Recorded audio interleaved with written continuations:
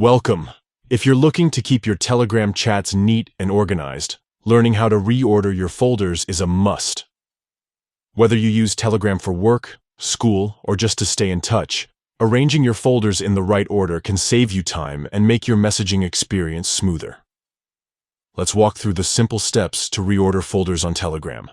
Updated for 2025. First, open the Telegram app on your device. Make sure you're on the main screen where you can see all your chat folders lined up at the top.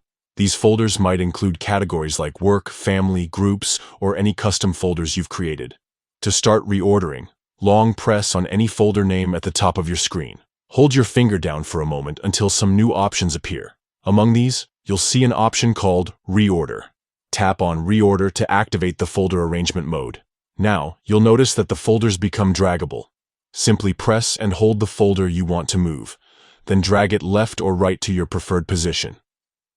You can rearrange as many folders as you like, putting your most used ones front and center for quick access.